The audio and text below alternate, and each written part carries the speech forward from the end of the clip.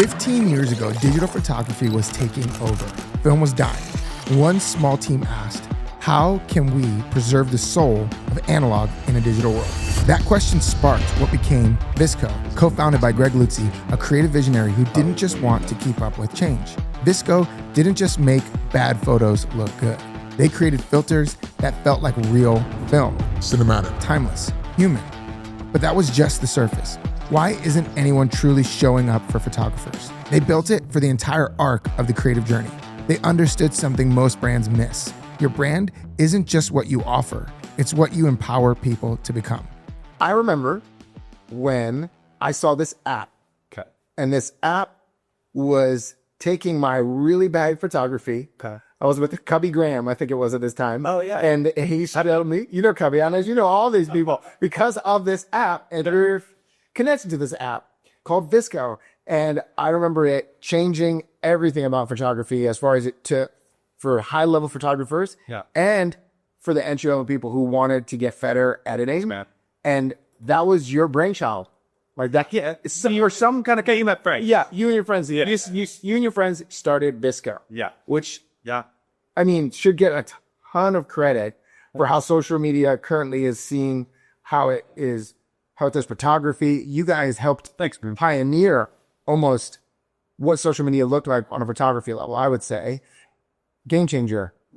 Tell me about VSCO. Tell me about your role in it, how you thought about it from a brand perspective, Yeah. the visual, all of it. Obviously, it's a visual medium, photography, but there's all kinds of stuff in that pulling your heartstrings. Yeah. I think so circa 2010, 2011, I was working creative director, art direction, largely in music, largely in like snowboard, skateboard, video game. Okay. Whatever like a 15-year-old boy thought was cool. It's probably, but I was like designing, creative directing. And then I met a guy named Joel who was a photographer, and we just started chatting about like, where is photography heading? Where's creativity heading? What are brands? Which is a conversation everybody needs to be having. Yeah, right. Yeah. I mean, especially even today. Yeah. Like at that time, we were like, doesn't feel like there's anyone that will just really step up for creatives or photographers, whatever you want to put it. Yeah. We want to be that company that is like there. And so we started with kind of a tagline of like by photographers for photographers, not just a company, not just a brand that is like selling whatever to this demographic, but we want to be like, no, this is us. We know this world and we want to show up and support, build. And that was really Did you first think it was going to be what it was? Like, how did it, like, where did you begin on the process where you started thinking through it? it was a major side hustle. Okay, so how did it start? Like, was there a problem that you guys were thinking about solving? Because you're a brand that has had to pivot, which had to reinvent itself almost. Yeah. And so then had to figure out how do we look at ourselves consistently Yeah. reinvented, looking at the future, like you ever fit. And it's been a journey. Because I mean, at the very root of it, we love photography. Okay. Like even to this day, I totally geek out about it.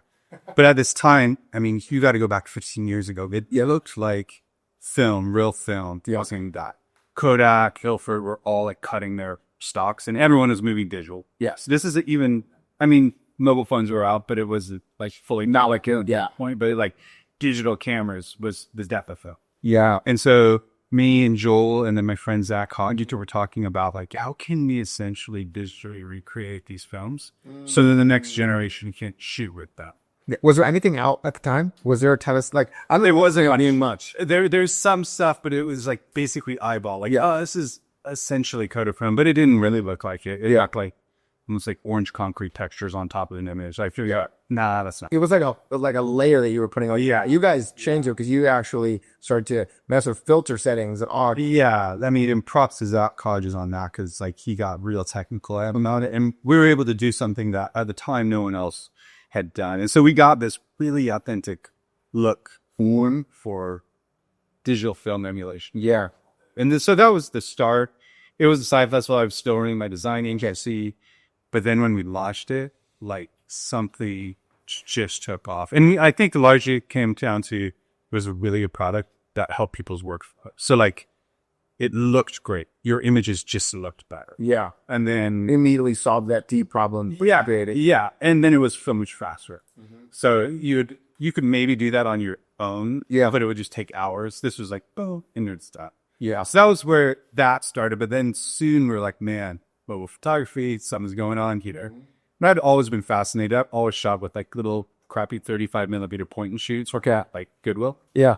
So I always loved, like, you call it the lower end of like cameras. Yeah. To me, the mobile phone was fascinating. Even though, like, at the time, I forget what the resolution was. By today's standards, probably not so great. But we were like, could we make this mobile phone an actual like tool for photographers? Okay, so let me ask you a question there, because that way of thinking, that way of seeing the world, it created this brand that now, as we said, we'll get to where it is today, but it really started to look at, all right, where are people natively taking pictures on their phones? The app development started to take place. Yeah. When you guys started to think about how you were going to show up in the market front, going, we had an idea. Yeah. We think this idea really can solve a problem. Yeah. It's a bit of a side hustle, but now we're going to show up in the market. Yeah. What was the thought process for VSCO to show up in the market? And you said like it took off because it made people who didn't think they could be photographers. Yeah. They thought they could be photographers after that. And some of them, because of VSCO, dare I say, their whole trajectory of their life changed and they became photographers and that became their career. And you know those people. Yeah. It's incredible. It's amazing to see what an app that went from going like, hey, we're going to do this side hustle, we're going to start this, and it launched other people's careers. Yeah. How did you guys think about going to market? And then we'll talk about launching other people's careers too. I mean, even before thinking about going to market, even before thinking about like, what is the actual products? Yeah. The conversation we're having is like, why is nobody showing up for photographers in this space? Like, and it's like I said, it's a difference between selling a photographer or something versus like, hey, we're actually part of this, trying to support things, trying to bring everybody up. Yeah. And so it really comes down to our mission, which is essentially we want to help photographers make it. And at the time when we say make it, it was like take a photo. Okay. Over the years, like now our focus is like we want to help photographers make it, and that includes financially, getting jobs, knowing about like rights and label and contracts, like education. It's a much broader perspective, sharing your work, exposure, all those things. But at the root of it is like, we want all photographers make it. And that is, what do you call it? Calling your meeting, like everything aligns to that. That is our North Star. So that's a good jumping off point to continue diving deeper in here. When I asked you before, one time I said, what do you obsess about when you think about brands? Like, what's the thing that you love to obsess about? You were like, the journey. Yeah. The journey of taking, whether that's that customer journey or where you're taking them. How did that line up with VSCO? Like, because I think a lot of right now you'll see the ability to create a product feels, the barrier to entry feels low because people feel like they could just make anything right now.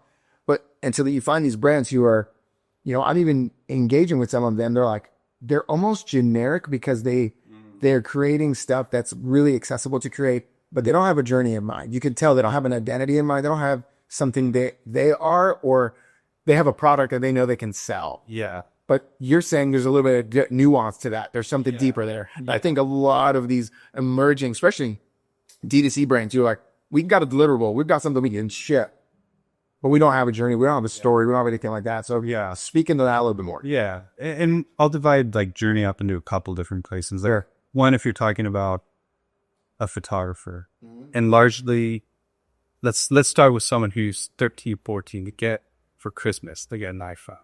And then they put VSCO on and they're just like taking photos of whatever is around them. Yeah. Maybe they're not good or professional, but they're like, wow, there's something about us, right? And then you're up there starting to put out work. They're starting to get better. They're learning about other photographers that influence them. They're starting to get photo ops, all that process. So we want to be there on that person's journey all the way through to the person who's like a pro, doing big things. Like, You're looking at every stage of life of us, every segment of the photographer's journey, which is, I think, critical to think about, especially right now. I think it's a different way to look at things. And candidly, I think we kind of dropped the ball on that initially. Before we were known largely as like a younger demographic, teen, early 20s. And then we had mobile phone, mobile app. We had all these like things that were for like more like fun photography.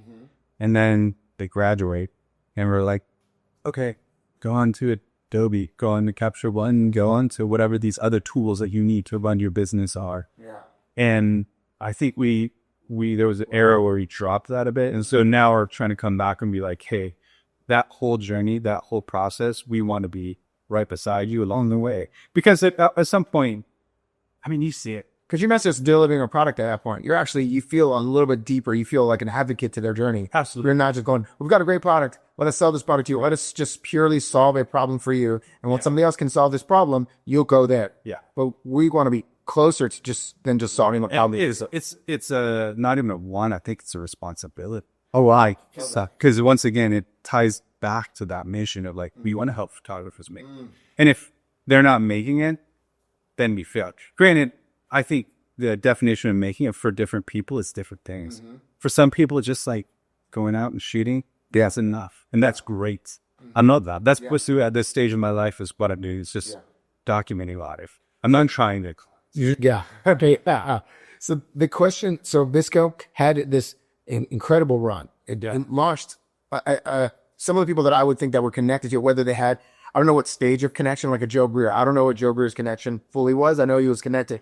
Well, like guys like him play a role in it and got launched from it. There's other individuals just like that are in that ethos of going the early entry into photography in the last 15 years or so.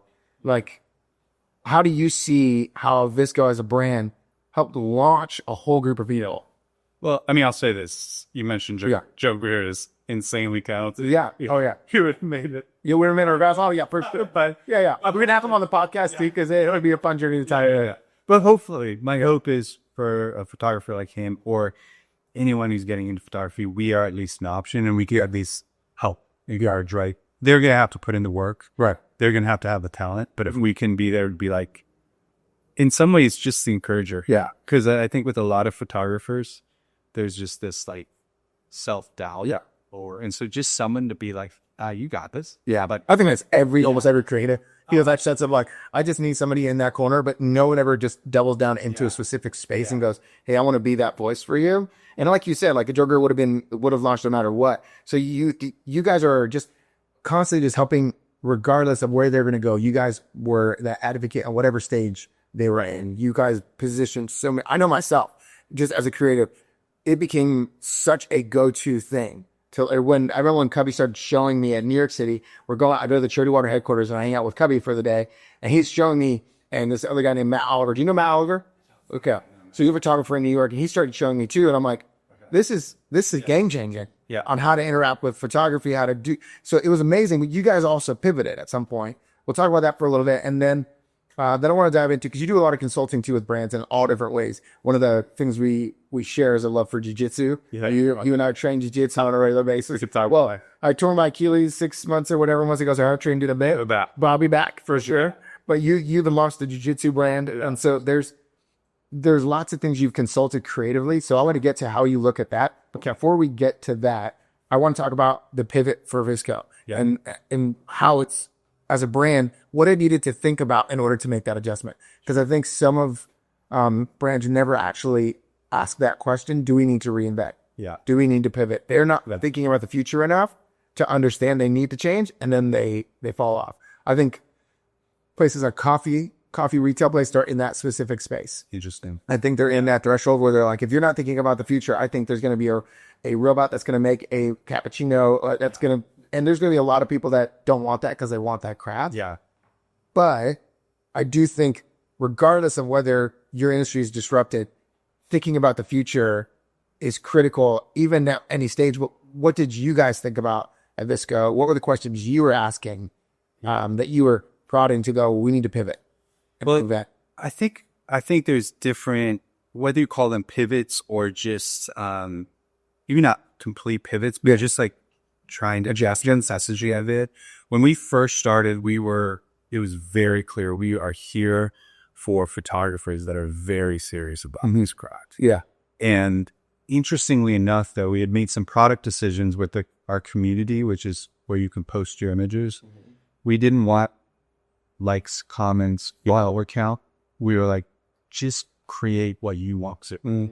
Don't have the pressure of making what you think other people want. Yeah. be a slave to the algorithm, right? Allow your creativity to drive you. So the intent was to help photographers, pro photographers, have a playground, a place to share what they about. What was interesting though is that started, in addition to being a mobile app, we started getting a lot of teenagers. Okay. A lot of teenagers who were just like, oh, this is a safe space. That was the language that they would use. Okay. And they were photography adjacent, but you wouldn't say that they were like, oh, this is where I'm going. This was called the VSCO girl thing. It was a meme that took off in about 2017. Yeah. We didn't start it. Most people are responsible for it. Yeah, most people are like, why did you start this? Yeah. It just was something that started happening. And it was so big from a brand perspective, we couldn't really control it. Wow. And even some of our messaging, we wanted to be really careful because this is a demographic, young teenage girl demographic that people knock all the time. And like, they are part of our community. They were actually only a part of our community, but that the perception was that was what VSCO was all about. Okay. But no, they were part of it. And so fast forward today, it's super cool to see kind of these teenage gals that are like amazing photographers. That's exactly my point before. Yeah. Well, what some of them started as a meme. Yeah. Their whole world changed because of being, and it's started as kind of. So I have nothing but love for that. Yeah. From a brand perspective, though, a lot of the people that were like hardcore photographers were like, oh, VSCO sold out. Yeah. VSCO is like, Yes. Just trying to be the next social Yeah. media company. And so that was hard for us to control. Yeah. I mean, there's a perception, I think, that VSCO is huge. We're still like a startup. We're not like this 1,000 people company with all this money to go towards that. And so we were trying to talk about girl creators on VSCO, as they said, about VSCO girl. Yeah. But in the process, that whole era, we didn't lose a lot of the people that are like, oh, VSCO is really here for serious photography. Okay. So a couple of years ago, we were like, man, that's fine, but our heart and our mission is to help photographers make it. Yeah. Like, that really is the core of what we're trying to do. There's a humility in so many of the things you're saying, the assessments, the looking at, that I think is so refreshing for brands to think about, because I think it's you guys saw things that you could control, you couldn't control. Even this conversation here, you've acknowledged so many things. You're like, we dropped the ball here.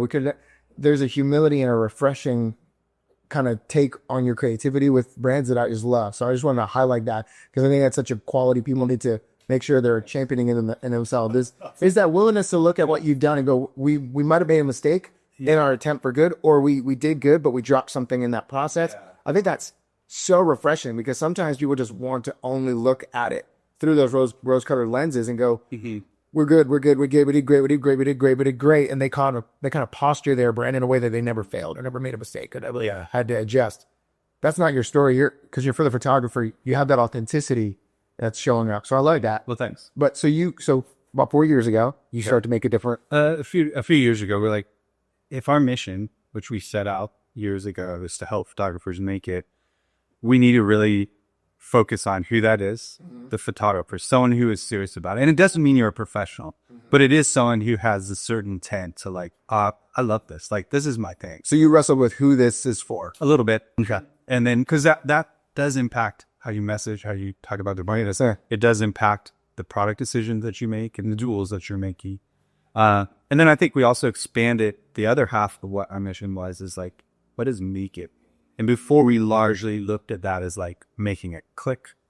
Whereas it's now, yes, the process of taking a photo, yes, the process of being inspired, I'll do that. But we're really investing in things of like, how do you run your photography business? A lot of photographers struggle with that. And I am not the business guy. Like, I like to make stuff. And so to be able to have the tools and the services to help you run your business, to work with clients, to bill, to invoice, to have like legal documents taken care of, so important. The other area we're heavily investing in is around education. Okay. And that's the business side of it too, but that's also just some of like, how do you interact with your subject, or like, how are you editing this whole process? And we've always had education, but we're realizing, like, especially in this day and age, people are fire photographers. They're good or better. They've just grown up on this visual content from streaming all the time. So like, the less of like, well, how do you compose that? We need more of like, hey, you don't have to shoot that for free, you know? That kind of education, that kind of making it. So that's almost such a maturity. It's like you transition from kind of being guided to that spot process to a sage brand where you're like, we're actually this sage to build. Like, we know what it's like to have to navigate this stage of photography. Yeah. And we're going to help you navigate this now. When before you guys needed this is what the market needed. Now the market needs this. You guys are all killer at what we offered before.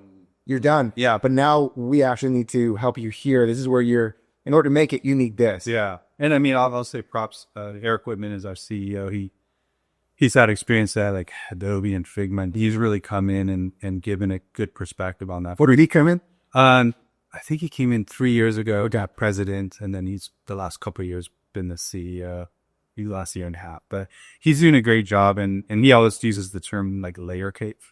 And before we had one layer, which is basically like edit, which would do well, and then the second layer is like community, which we've always done pretty well as well. Oh yeah, there were so many things I know so many groups that were all they were gathering around major cities to take photos together. Yeah, so that's something that we are like massively ramping up around the world this year. Like everything during COVID, like weird. I mean, we even went fully remote. We're opening up offices again in San Francisco and New York. We're doing all those events that we used to do. Like open studio. Okay, that was very outside. Because that is a brand activation type of thing that you guys are doing that is really different and interesting, that I think is kind of that experiential brand activation. Talk about Open Studio. Like that's such a good concept. Open Studio started, I think, in 2016 in our New York office, which was where largely the creator content was being made. Okay. And we had this great space, beautiful space, like all the lights, everything set up. But you only use that as a company, like when you're shooting these campaigns or certain times. And so by and large, you have this amazing set of equipment that is just sitting there. Yeah. So it was just like, let's just make up to the photographers. And that's all we did. We didn't charge. It wasn't this like super like strategic. Yeah, there was no CTA at the end of it going like, now you must pay X amount to get to this court. Just like, or this would be good for the community. Yeah. And then we did that in San Francisco. No, you just activate with your rain. Yeah. Love it. And so we'll have in San Francisco office, we'll also have like, it won't be a site wall, but it will be like paper or like backdrops you can drop. And so just ways, how are those things that we can do to just like help the community? It doesn't have to necessarily be this like crazy like business project, but that's just something that for our members that are in those areas, like, cool, let's figure out a way out. So when you start going to the different consulting stuff you do with other brands, and they start to bring you in, what are some of the things you're looking for right away that what is the thing that you're like, hey, when you need this, I'm that guy, and this is what I do. I want to engage with kind of like a little bit of your superpower and how you help brands with that superpower. What's the thing you're like, if you're struggling with this, I come in and help this, and this is how I do it. Well, strongly, I roll towards visuals. I know everyone. Lord knows. I mean, it's part of the ecosystem. I know everyone's like, a brand is not a logo, but in this day and age, you have 2 seconds, 3 seconds, or maybe even that. Yeah. So visuals have something that is just like all there, whether that's the imagery, the video, the voiceover, the music, all that. You have such a short attention span to capture somewhat. And so like, to me, that brand journey, it really absolutely starts with visuals. And I think a lot of brands realize that. Yeah. Now, a lot of companies, you've definitely seen an upload. I think when Orpheus and VSCO was like stood out and like 15 years ago, because we just like, it's just like great. Yeah. I mean, the app looks great. The icon was great. You're like, it was different. So you're visual forward in the ecosystem. If we looked at brands as a holistic ecosystem that require all these interdependent parts working and playing in harmony together to deliver on the promise, if we were seeing that holistic approach and visuals played a role, which they do, I agree 100%. Visuals play a role inside of this ecosystem. It's like people. It's almost like sometimes I tell them, if you were showing up for an interview for a job you really wanted, would you care about how you looked? Not in the way that you're, my worth is determined by how I look. And so this person is going to make a worth call on me, but going, does your showing up and how you show up for an interview position you for the best chance at winning the interview you want? Yeah. And if that's the case, and I'm not saying you have to be dressed wearing a suit. I'm just saying that environment, that context has something that you resonate with. Do you show up like that? And I think sometimes I think about visual identities and brands and the visuals of brands similar to that. Like you would care about how you showed up for something you were trying to win. People, better or worse, people are going to make a judgment call. They are. They're going to do it. Yeah. And when you raise something I think really important there that a lot of companies forget about is like their brand in the consumer space. Yeah. Is really about identity and not even their identity. It's about the identity of the person. Correct. Right? Like if I'm shooting with Leica, I could tell you, oh, it's because I like the image quality. I like the build of the product. But actually I'm making a strong statement about who I am. Absolutely. Right? Like if I'm wearing like a Leon Dore, I'm making a strong statement. You are what I think is important. And also and what I like is that on me. Yeah. And so I think really at the end of the day, brand is about identity, but not necessarily about identity logo. The identity as how does this reflect me? Right? Yeah. And does this brand give you permission to be that person? Yeah. And I think that's one of the interesting plays right now we're seeing is that brands need to give people some sense of permission to be a person. Who is that person you guys stand up for them to be? VSCO was that for photographers. Yeah. You guys really so people understood that. And so now when you go with brands, tell me more about like when you're engaging with them on the visual level, when you're thinking about identity and they have that quick scroll. What are you saying to them? What are you asking questions? What are you doing? I mean, I feel at this stage, I have a very specific aesthetic look that I like, and it's largely minimal, clean, scanned. It's got some zen to it as well. Yeah.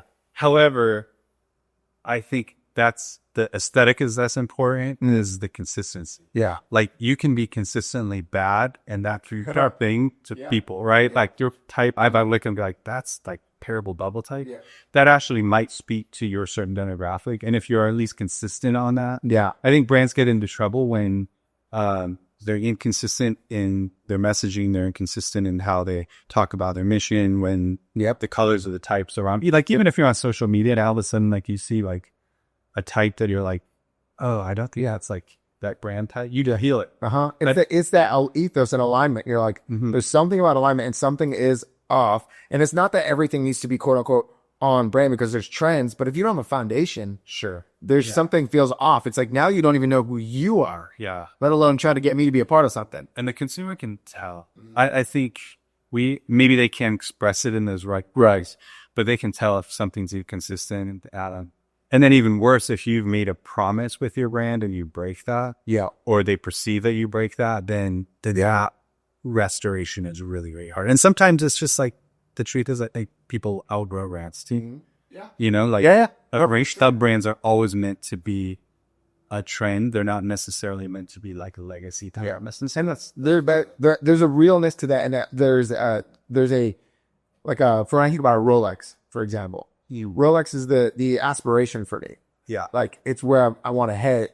There's certain cars that I'm like, at some point, not as a status symbol to the world, but as to myself, I'm like, oh, like at that stage of life, Mercedes has been trying to sell me since I was 18, or like BMW has been reaching out to me since I was 16. No, I'm not going to buy that car anytime soon, but that I'm going to mature into a vehicle like that at some point. Some people get access to those vehicles at certain stages of life, in Williamson County, Tennessee. So they get them when they're 12, but I didn't get it when I was 12, but I remember seeing a Jaguar from one of like the first time, which I'm really sad about the rebrand. And I love it actually. I love that they're actually calling it out and saying, I think we missed. Yeah. And they're pivoting. So they're actually, I think they're actively looking for a new studio to take on the rebrand for Jaguar, the rebrand of the rebrand. Yeah. Because I remember looking at a Jaguar and the elegance, almost the royalty of this dude that pulled up in this. And it was in a really, like we were playing paintball. So it was in the woods and he pulled up in his Jaguar. And I remember going, what is that? And that feels out of context. Right. But that, and I remember talking to this guy, I'm like, Jaguar was in my brain when I was 17. I was like, this is this like regal type of vehicle. And I know that one later on, like Jaguar was in my mind as a vehicle. Like if I hit that kind of thing. Anyway, what's a challenge you give brands? Like when you're like, hey, if someone's listening to this podcast and they're going, man, I'm in this stage where visuals was something I haven't thought about, or they're like, we know it really matters, but we don't know what to do. We're not like, what are you saying to these people? Or I know that you have your taste and your aesthetic. Yeah. But what are you saying to them that's getting them to think differently or turn the wheels on this? I think the place to start is you might have a great product. And most people that are starting companies in the startup world, which is where I largely play, they actually have a really good idea for a product. But you have to look at the challenge of how do you get people to know about this product? And the way to do that is marketing. And the tip of the spear is the brand to do that. And you just have to leave noise. Candidly, when we started VSCO, we did like 5 tweets. We had no marketing budget. It did just take off because it was a really great product. And that's how our character rates, that's all about it. And so when I'm talking to brands, I'm like, you have to hold up on both ends, meaning your product has to very clearly and very quickly demonstrate that there's value, that this is actually going to help that person. And then it very much has to hold up on, is this a cool brand? Does this look good? I know cool is such a... No, you're sorry. This resonate. But it also just has to get out there. And companies, I think, do not budget enough to get the word out there. Frankly, it does cost a lot of money to do that. And so I think they're under budgeting or undervaluing how hard it is to actually get your products, to get your brand out there. People don't notice it. Yeah. So that's generally where... In the attention economy, you're like, eyeballs matter. Yeah. How are you getting those eyeballs on you in the right way? Yeah. And those visuals play that role.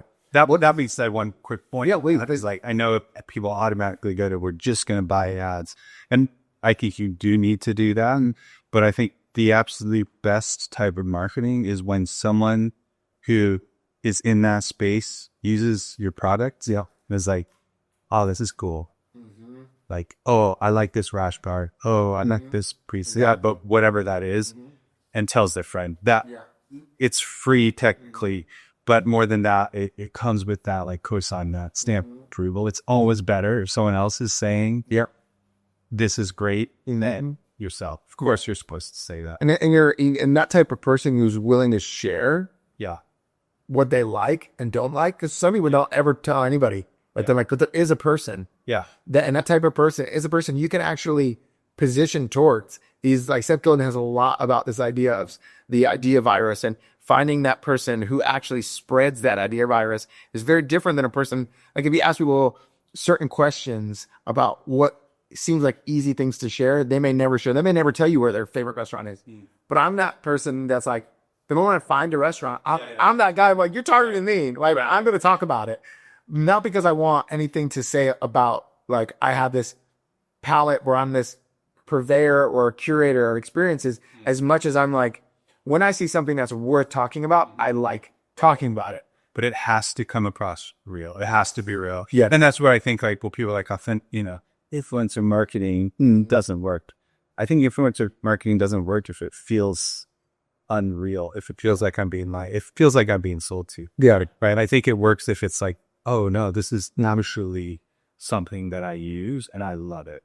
And it's great. Yeah. And maybe I got paid for it because it's, hey, do your thing, but like, it's not because I'd use this regardless. I think it really has to come across authentic. So when you started, Our Spirits, the jiu-jitsu brand, and what was the first thing you thought about? Was it visuals first in that space too? So man, after I've said all this stuff that sounds smart, I'm just going to be real. Yeah, that's what we're trying to get to. Yeah. I want people to know, like, it's like Dave Dyer was talking about. It's not this linear, like, up and to the right. It's like you go through these valleys and things always aren't consistent, but people need to know what that journey is like. So when you were starting this brand, and it's not quite in this space where it's influenced mass market, but it has an appeal and an identity. It has an absolute differentiator to the other things in jiu-jitsu, but it has an aesthetic, and it actually does have an identity outlet. I think, well, two things. One, I just wanted to design something. Yeah. You had to get now. Yeah. I think I was in a place where I was like, I don't want to say bored because I have plenty to do, but like, I was just like, I just want to make this. So there was definitely that. And then I was looking at a lot of the stuff. And there are some brands that are killing it. Yeah. Albino Predators. Yes. Yeah. I love Albino Predator. But a lot of these other brands are just like, it feels like almost like Ed Hardy vibe. Yeah. Right? Like, and so I wanted to bring something that felt a little bit more like somewhere between rugby or cycling. To that aesthetic. And then I think also too, and this is like the other side of it, I didn't fully think it through. I just like, I love jiu-jitsu. Yeah. And I love designing. Yeah. I'm going to do this. Yeah. And maybe in retrospect, and I'm doing it. It's great. It's fine. But I don't particularly love shipping rash guards from my garage, right? Like I got excited about starting the thing, but I didn't get excited about like, oh, well, what is this actually? How do we fulfill this? Yeah. And so maybe I should have just been like, you know what? I like jiu-jitsu a lot. I should just like jiu-jitsu. Okay. Dude, through the theme of this is your honest candor about yourself and how you approach things. So I think that's such an important takeaway for everybody inside of the brand space is like, hey, you need this self-candor. You need this self-looking because that reflectiveness that shows in the way that you approach your things there is an authenticity because you're willing to say like, yeah, man, I may have should have done well. I don't know. I mean, I think part of it comes honestly like, so I lived in the Bay Area. Yeah. And you see these Fast Company or Wired creators. Yeah. It's like these perfectly airbrushed founders. Yeah. And I'm not going to say names, but like in one case, I saw this Fast Company and it was talking about how he's basically a genius. And I know this guy and I'm like, oh, dude, he is like struggling right now. He's struggling in his marriage. Yeah. There's someone's going around here. His company's not going as well as it's like being portrayed. Like you can run numbers and make them work a certain way.